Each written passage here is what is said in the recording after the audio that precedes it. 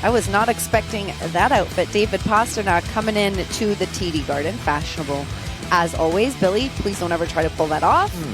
Nikita Zadorov also looking great, but will they look great on the ice? That is what matters the most as the Bruins, stop me if you've heard this before, but trying to snap a 6-game losing streak and trying to get out of the little funk that they are in front of a TD Garden crowd, taking this home ice advantage and hopefully making it count. Welcome to Bruins Breakaway Live, presented by Granite City Electric Supply with Billy and Barry.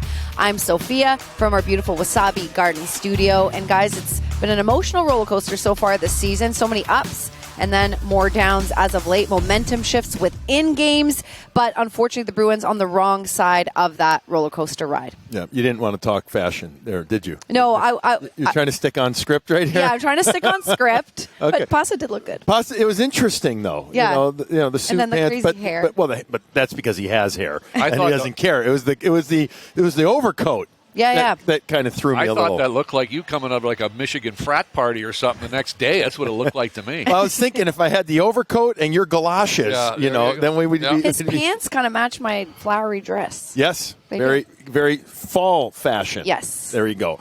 But anyway, back to the ride. But it's a sad ride. Right now, the roller coaster is going. It's that place where you get real scared. Yeah. And then you go down. But when you go down, you often go up. You hope you go back up. But Barry, 0-6. I hate to even. The facts are the facts. Yep. See, to me, the numbers don't. I know 4.7 goals again, all that, but it's when you watch them play. At times, there's some good. Yep. If not very good, but it's short-lived. And in this 6-game losing streak, I just think it's become a mental thing. They cannot sustain that goodness enough. No, and I think it's a situation where it's frustrating for them, and you could hear them after last game lost to Anaheim. You can hear them talk about, they're using words like embarrassing, like we're shooting ourselves in the foot. And it's at crucial times in the hockey game like this, they can't handle the pressure. Nope. And I mean the pressure of the moment where the other team kicks it up a notch. And you got to be there to be able to answer it defensively with some structure and some layers. And it hasn't been there. And now that starts to feed on itself where sometimes you try and do too much. Sometimes less is better, Billy. Always, I mean, truthfully, it always has. Yep. That's why it's a great cliche. Less is more often time. Yeah. You can get more energy, you can get more passion, but you can't get more passion. You either have it or you don't. I think they're working hard. Oh, yeah. I think they're trying they really hard. are. I agree. Yeah. But I just, at times, not as smart as it needs to be and not as disciplined, maybe? Yeah, Yeah. as structured discipline as just resolute. I would use the example that we used at the end of last season and in the beginning of this year with Nikita Zadorov. Yeah. You know, when he first got here, I thought he was working. He was really working hard, but he was trying to do too much. And his gap control, and he was separated from the group, and it was causing a problem. All of a sudden, he stabilized that, and as we say, less, and he got more out of it. And now he's just playing so well. He's been by far and away the best defenseman, I think. There have been some, definitely, like you mentioned, bright sides, but unfortunately, as we bring Razor in, who's rinkside today, lots of vibes from a fun and young, underestimated team at the start of the season. That's changed a little bit. They had something to prove. They were winning 3, and then recently, well, you know the story, Razor, but when we were paying attention to the sound in the last room, the vibes were low. You're rinkside, so what are you feeling, and what's Marco Sturm kind of talking about? Well, you guys touched on it. There's a lot of gripping the stick when you lose 6 in a row in the National Hockey League. Marco talked about being in between yesterday, talked about being very close just 10 minutes ago. Once it clicks, it's going to click, but it's not happening right now. And it's process. They've played so many games in such a short amount of time, and the fact that they've lost 6 in a row makes it a lot harder. But Sturmy yesterday, again, talked about being in between and how they have to get on the same page. We want to close faster, and that's something we're just waiting for something, right? And so that's something we showed today. We worked on today. We want to close a little bit faster. We want to outnumber teams. It doesn't matter which area of the zone.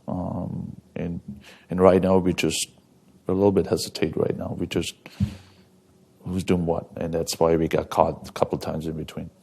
Is overthinking part of it when mental mistakes happen? Absolutely. And then again, those guys, they care so much, and most of them they're all out. Every practice, every game, they go all out. It's just again, it's not automatic yet, and that's the frustrating part for all of us, right? Especially when you end up losing games, just like we did in the past, 1-goal games. And somebody reminded me, I think except Colorado, all other games we could have won, I think. We won, but we lost. So there's still a lot of good things. We still need to correct a lot of things too.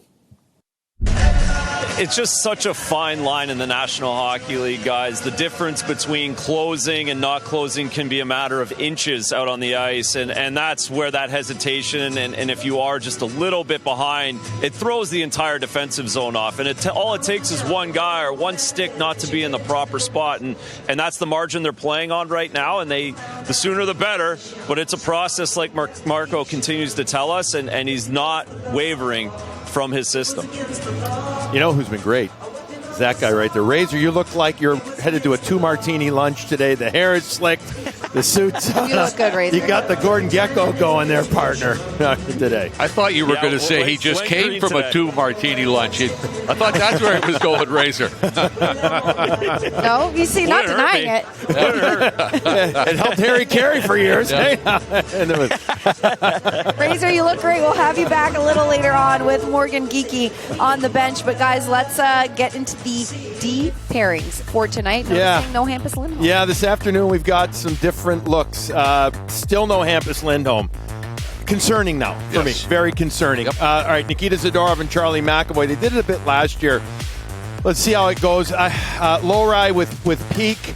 And then you've got Callahan who's staying with Yoki Haru. I would guess it wouldn't shock me if we see a jumbling of these at times today. All right, well, let's hear from Marco Sturm on Hampus.